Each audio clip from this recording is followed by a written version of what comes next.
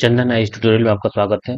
आज ऐसे का टॉपिक करेंगे साहित्य और संस्कृति का अंतर संबंध। पीडीएफ के लिए डायरेक्ट टेलीग्राम लिंक से आप डाउनलोड कर लीजिए। तो पहले कोटेशन से शुरू करेंगे। युग युग से संचित संस्कार, ऋषि मुनियों के उच्च विचार, धीरो वीरों के व्यवहार, निज संस्कृति के श्रृंगार।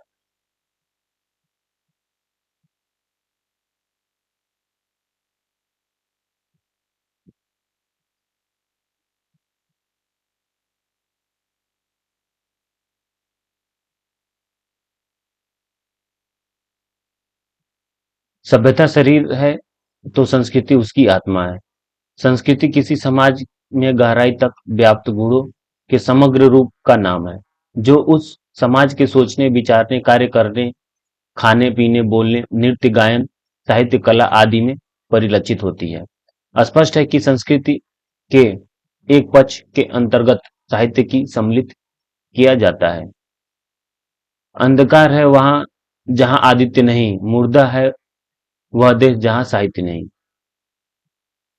किसी भी राष्ट्र की संस्कृति एवं मूल्यों का निर्धारण वहां के साहित्य में समाहित सुसभ्य भाषा, आदर्श, नैतिकता आदि के बगैर नहीं किया जा सकता।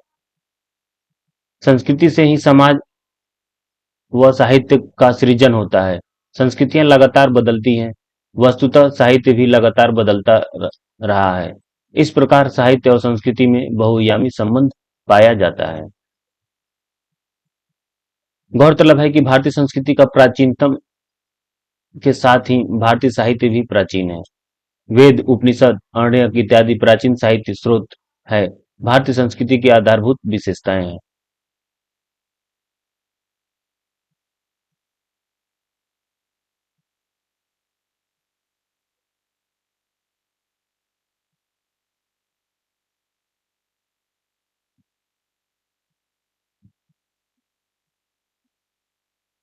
जैसे वसुधैव कुटुंबकम, सहिष्णुता, विविधताओं में एकता, समन्वयशीलता इत्यादि को हमारे साहित्य में समुचित स्थान प्राप्त है।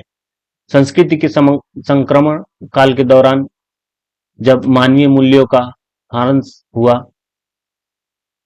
ह्रास होना शुरू होता है, तब साहित्यकार अपने साहित्य के द्वारा उन परिस्थितियों से संस्कृति को निकालने का प्रयास करता है और मूल्यों के रक्षार्थ साहित्य रचना करता है। उदाहरणतः जब उत्तर वैदिक के अंतिम समय में सामाजिक मूल्यों का पतन होना शुरू हुआ, तब बौद्ध और जैन साहित्य ने मानव जीवन के सफलता से जीने हेतु प्रेरित किया और कर्म को महान साधन बताया। इस प्रकार मध्यकाल में जब हिंदू मुसलमान एकता खतरे में पड़ी, तब निर्गुण शाखा के कवि व संत कबीर ने अपने आलोचनात्मक साहित्य के माध्यम से दोनों पर निशाना साधते हुए सामाजिक एकता को बनाए रखने का प्रयास किया। पत्थर पूजे जे हरि मिले, तू मैं पूजू पहाड़, और कंकर पत्थर जोड़ के मस्जिद लई बनाए, ता चढ़ी मुल्ला बांग दे क्या बहरा वह खुदाए।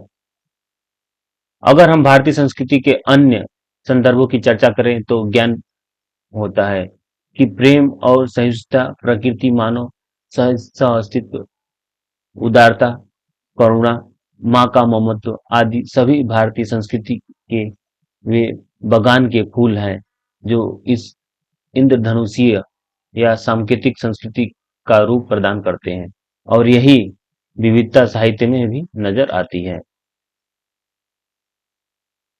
गुजराती की फाग, मलयालम की मनी प्रवालम, उर्दू की गजल साहित्य, तमिल का संगम साहित्य, हिंदी का भक्ति साहित्य आदि भारतीय संस्कृति के एक ही अनमोल फूल हैं।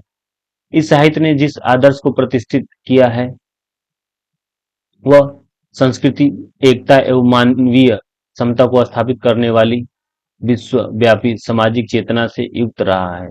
अमीर खुसरो, रसखान जयसी, रहीम हो अथवा गुजरात के नरसिंह मेहता, महाराष्ट्र के एकनाथ, तुकाराम, नामदेव हो या कबीर, कृष्ण भक्त, सूर, राम भक्त, तुलसी हो, सभी हमारी संस्कृति में मान्य है और पूज्य है। अगर हमें ग्रामीण जीवन और संस्कृति के मर्म को समझना हो तो फरनाश्वर नाथ रेणु के उपन्यास मैला आंचल को पढ़ना होगा। रेणु ने इस उपन्यास में ग्रामीण समुदाय के व्यवहारों, लोकगीतों, रीति रिवाजों को प्रभावी तरीके से चित्रण किया। एक लोकगीत के उदाहरण दृश्य है, याद जो आवे है प्यारी तोहरी सुरतिया से, साले करे जवा में तीर जी। भक्तिकालीन कवि मलिक मोहम्मद जायसी ने पद्मावत में भी लोक संस्कृति का प्रभावी चित्रण किया है। वस्तुतः साहित्य समूचे समाज और संस्कृति से जुड़ा होता है। जहां भारतेंदु के भारत दुर्दशा ने भारतीय समाज को अंग्रेजों से लड़ने की शक्ति दी, वहीं निराला ने राम की भक्ति की पूजा में अन्याय जिधर है उधर शक्ति लिखकर अंग्रेजों के विरुद्ध शक्ति की आराधना का प्रस्ताव किया। वर्तमान समय में भी संस्कृति की रक्षा तथा विभिन्न सामाजिक समस्याओं को समाधान हेतु साहित्य की रचना निरंतर जारी है। खलील जिब्रान और एडवर्ड सईद के मध्य पूर्व की एक सामाजिक समस्याओं और नोम चाम्स्की जैसे साहित्यकार भूमंडलीकरण की वर्तमान समस्याओं को उजागर करके संस्कृति की रक्षा करने के प्रयास कर रहे हैं।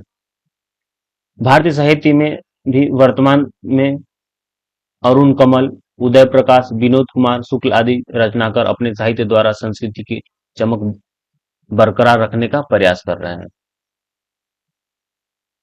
निष्कर्षतः संस्कृत का साहित्य से संबंध अत्यंत प्राचीन और अत्यंत महत्वपूर्ण है। यदि ये दोनों एक दूसरे की आवश्यकता को समझते हुए एक साथ चले तो समाज में उच्च मूल्य का निर्माण होगा और हम एक बेहतर राष्ट्र के रूप में सामने आएंगे। भारत की संस्कृति और साहित्य के आधार पर ही भारत विश्व में अपनी ख्याति प्राप्त करके एक बार पुनः विश्व गुरु बन सकेगा। जैसे कि हमने देखा कि इस वर्ष के अंतर्राष्ट्रीय योग दिवस की थीम वसुधैव कुटुंबकम के लिए योग भारतीय संस्कृति की प्रभुत्ता को प्रदर्शित कर रहा है। केवल मनोरंजन न कवि का कर्म होना चाहिए, उसमें उचित उपदेश का भी मर्म होना चाहिए। तो जय हिंद दोस्तों, लाइक कीजिए, सब्सक्राइब कीजिए, पीडीएफ के लिए टेलीग्राम लिंक से डाउनलोड कर लीजिएगा। पढ़ते रहिए, बेस्ट ऑफ लक। जय हिंद।